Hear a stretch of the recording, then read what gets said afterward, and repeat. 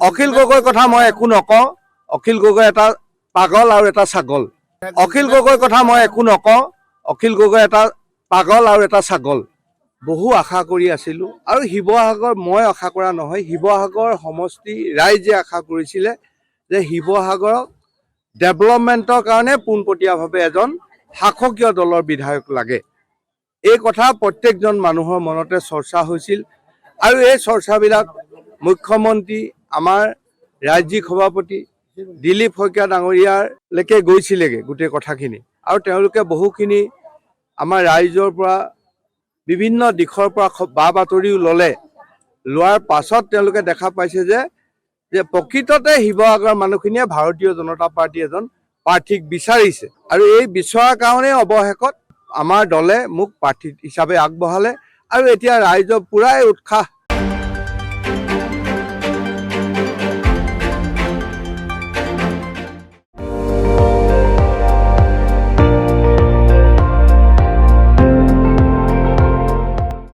আপুনি চাই আছে ND24 সৰ্বশ্ৰেষ্ঠ নহয় সৰ্বোত্তমৰ দৌৰা।